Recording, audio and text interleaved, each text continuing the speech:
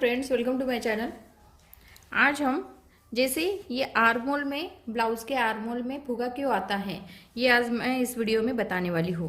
तो वीडियो को आप पूरा देख लो और वीडियो पसंद आने पर वीडियो को लाइक ज़रूर कीजिए, शेयर करें और हमारे चैनल को सब्सक्राइब करें। अब देखिए, आर्मोल में फुगा क्यों आता है।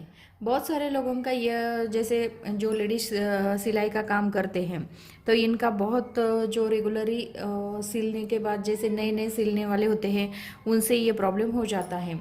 इनसे क्या हो जाता है, कटोरी का पार्ट भी अच्छे से सिल लेते हैं, पूरा ब्लाउज जो है वो अच्छे से सिल लेते हैं, ये कटोरी का टक्स पॉइंट वो भी पूरा अच्छा लेते हैं। लेकिन यहाँ पे पहनने के बाद यहाँ पे फुगा आ जाता है। तो वो क्यों आता है, इससे ये क्या क्यों गलती हो जाती है, इसका सोल्यूशन क्या है, ये मैं आपको इस वीडियो में बताने वाली हूँ। तो देखिए, यहाँ पे जब भी हम आर्मोल नापते हैं या आर्मोल की कटिंग करते हैं, ये देखिए यहाँ पे हम आर्मोल नापते हैं या आर्मोल की कटिंग करते हैं, तो यहाँ पे हमें क्या करना पड़ता है, आर्मोल भी हमारा चेस्ट के हिसाब से परफेक्ट निकलना चाहिए। जैसे कम ज़्यादा नहीं होना चाहिए। जैसे कम होगा तो यहाँ पे आपका ब्लाउज जो है वो टाइट हो जाएगा, ज़्यादा होगा तो यहाँ पे ये फिटिंग जो है वो ठीक से नहीं आएगी, या हाथ ऊपर करने के बाद ये ब्लाउज जो है ऊपर के साइड में चला जाएगा। तो यहाँ पे हमारा जो आर्मोल होता है वो भी परफेक्ट आना चाहिए चेस्ट के हिसाब से, और यहाँ पे जो फिटिंग होती है वो भी परफेक्ट आनी चाहिए। तो इसीलिए आपको इसका ध्यान रखना है। अब देखिए, यहाँ पे मैंने बहुत ही सिंपल तरीके से मैं आपको बताऊंगी। यहाँ पे जो आर्मोल में फुगा आता है तो उसका सॉल्यूशन भी बताऊंगी। तो ये देखिए, यहाँ पे क्या हो जाता है, जैसे मैंने पहले भी बताया है कि जब भी हम ब्लाउज़ का नाप लेते हैं तो आपको कमर को नापना पड़ता है। कमर के हिसाब से हम क्या करते हैं, गोलाई देते हैं। अब देखिए, यहाँ पे हमारी जो एक्स्ट्रा पट्टी होती है उसको छोड़ के हम कमर का नाप लेंगे, क्योंकि ये पट्टी जो होती है वो अंदर के साइड में चली जाती है। जैसे हुक लगाते हैं तो हुक लगाने के बाद ये अंदर के साइड में ये पट्टी चली जाती है। तो इसे हम क्या करते हैं, काउंट नहीं करते, इसे हम काउंट नहीं करते। तो यहाँ पे आपको क्या करना है, इस तरीके से यहाँ पे एक्स्ट्रा पट्टी को छोड़ के आपको कमर का नाप लेना पड़ता है। तो पहले हम क्या करेंगे, पहले कमर का नाप निकाल के मैं आपको बता देती हूँ। ये देखिए, यहाँ पे हमारा 32.5 इंच कमर का नाप आता है। बताया है कि यहाँ पे जो चौड़ाई लेते हैं हम, यहाँ से यहाँ तक जो मार्किंग लेते हैं, जैसे 30 इंच से अंदर, 30 के अंदर कमर का नाप होगा। 30, अभी ये हमारा 32.5 इंच है, 30 के आगे है, तो हम क्या करेंगे, यहाँ से यहाँ तक फ्रंट साइड की गोलाई देंगे हम 1.5 इंच पे, और बैक साइड की गोलाई देंगे हम 2 इंच पे। उसके बाद जब हमें 30 या 30 के अंदर हमारे ब्लाउज़ का नाप होगा, 30 या 30 के अंदर हमारे ब्लाउज़ का नाप होगा, तब हमें क्या करना है, इसकी गोलाई जो है वो देनी है। छोटा नाप होता है इसलिए वो 1.5 इंच पे देते हैं फ्रंट साइड की, और 2 इंच पे देंगे हम बैक साइड की। उसके बाद अब देखिए, यहाँ पे आपका क्या हो जाता है, जैसे बहुत सारे जो टेलर होते हैं या घर पे जो लेडीज सिलते हैं, उनसे क्या हो जाता है, ये शोल्डर नापने का तरीका गलत हो जाता है।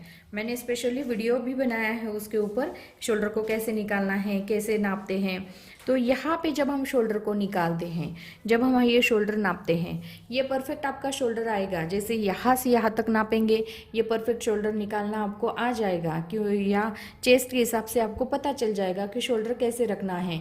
तो उस हिसाब से आप शोल्डर रखोगे, या आपसे क्या हो जाएगा, जैसे इस तरह से आप गला इस तरह से रखेंगे तो ये शोल्डर आपका कम होगा। थोड़ा सा इस तरह से फैला के लेंगे, गला जैसे फैल जाता है, तो फैलने के बाद ये शोल्डर जो है वो बड़ा हो जाता है। बड़ा होने के कारण यहाँ पे आपका क्या हो जाता है, जो शोल्डर जो है वो ज़्यादा होता है यहाँ से यहाँ तक। जैसे हमारा 5.5 इंच शोल्डर है, चेस्ट के हिसाब से हमारा 5.5 इंच शोल्डर एकदम परफेक्ट आता है, लेकिन आपने 6 इंच लिया, आपने 6 इंच लिया, तो यहाँ पे क्या हो जाता है, ये शोल्डर जो है वो बढ़ जाता है। ये शोल्डर बढ़ने के कारण क्या हो जाता है, यहाँ पे हमारा ये शोल्डर बढ़ने के कारण ये गोलाई जो है वो हमारी इस तरह से आती है। जैसे ये देखिए, यहाँ पे हम नाप लेंगे तो ये गोलाई जो है ये इस तरह से आएगी। अभी यहाँ पे हमारी जो गोलाई, यहाँ पे हम इस तरह से लेंगे और यहाँ से हमारी गोलाई लेंगे तो ये इस तरह से आती है। तो यहाँ पे आधा या पौन इंच का जो फ़र्क हमारा आता है, ये देखिए यहाँ पे हमारा पौन इंच का फ़र्क आता है। अभी पौन इंच का फ़र्क आता है तो ये हमारा फुगा बन जाता है। जैसे यहाँ पे आपका शोल्डर गलत हो जाएगा, तभी आपके ब्लाउज़ में फुगा आ जाता है। इसीलिए आपको शोल्डर का मैंने वीडियो भी अपलोड किया हुआ है कि स्पेशली वीडियो शोल्डर को निकालने का सही तरीका भी मैंने आपको बताया है। उस तरीके से आप निकालोगे तो आपकी ये फिटिंग भी एकदम परफेक्ट आएगी। और यहाँ पे ये गोलाई के ऊपर भी बहुत सारे डिपेंड होते हैं। जैसे हमारी गोलाई गलत हो जाती है, ज़्यादा इस साइड में चली जाती है, या चेस्ट कमर के हिसाब से मैंने आपको बताया है, बहुत सिंपल तरीके से आपको बताया है, तो वो कम ज़्यादा होगा तो इसमें भी आपका फुगा जो है वो आ जाता है। तो इसीलिए आपको इसका ध्यान रखना है। जब भी आप चेस्ट के हिसाब से, जब हम शोल्डर लेते हैं, शोल्डर के हिसाब से, जैसे शोल्डर लेने के बाद हम आर्म होल लेते हैं, ये कमर के हिसाब से हम गोलाई देते हैं, यहाँ पे आपका कम ज़्यादा हो जाएगा तो ये देखिए शोल्डर आप गलत निकालोगे तो यहाँ पे हमारा ये इस तरह से ये गलत हो जाएगा। यहाँ पे हमारी गोलाई आगे के साइड में चली जाएगी। आगे के साइड में चले जाने के बाद यहाँ पे जो प्लेट्स आएगी या पहनने के बाद जो यहाँ पे फुगा आता है तो यहाँ पे ये गलत दिखता है या अच्छा से नहीं दिखती। फिटिंग जो है ब्लाउज सिलने के बाद ऐसा लगता है पूरा ब्लाउज एकदम परफेक्ट बैठा है, लेकिन यहाँ पे समझ में नहीं आता। तब आपको क्या करना है, यहाँ पे आपको शोल्डर का चेक करना है, शोल्डर के ऊपर आपका कम है या ज़्यादा है, या आपकी गोलाई जो है वो ठीक से आपको देनी है। लेकिन फिर आपको क्या करना पड़ता है, स्लीव्स को आपको पूरा खोलना पड़ता है। यहाँ पे थोड़ी फिटिंग भी खोलनी पड़ती है, तो यहाँ पे गोलाई जो है वो अच्छे से देनी पड़ती है। उसके साथ जितना आपका फुगा, जैसे आधा इंच का आता है, पौन इंच का आता है या क्वार्टर इंच का आता है, जो भी आता है, तो इसे हल्का सी आप गोलाई देंगे तो जैसे पहनने के बाद आपको पता चल जाएगा। और स्लीव्स को भी एकदम परफेक्ट गोलाई देनी है, तब आपकी ये जो गोलाई या फुगा जो आता है ब्लाउज में वो नहीं आएगा, एकदम परफेक्ट आएगा आपका ब्लाउज।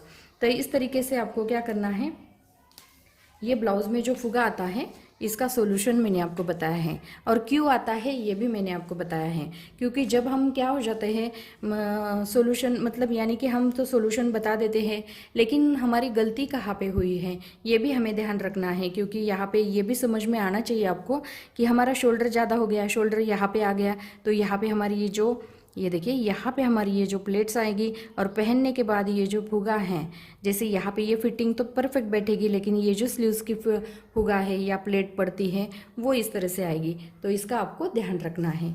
तो यहाँ पे मैंने बहुत ही सिंपल तरीके से आपको ब्लाउज में फुगा क्यों आता है आर्म होल के साइड में ये मैंने आपको समझाया है। जो भी आप इसमें समझ में नहीं आया होगा आप कमेंट्स बॉक्स में मुझे पूछ सकते हैं, मैं उसके ऊपर वीडियो बना के फिर से आपको समझाऊंगी। और आपको कौन से वीडियो चाहिए वो भी आप बता सकते हैं कमेंट्स में।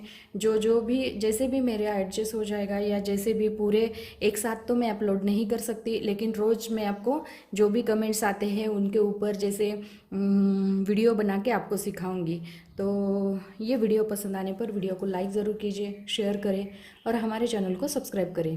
Thank you for watching this video.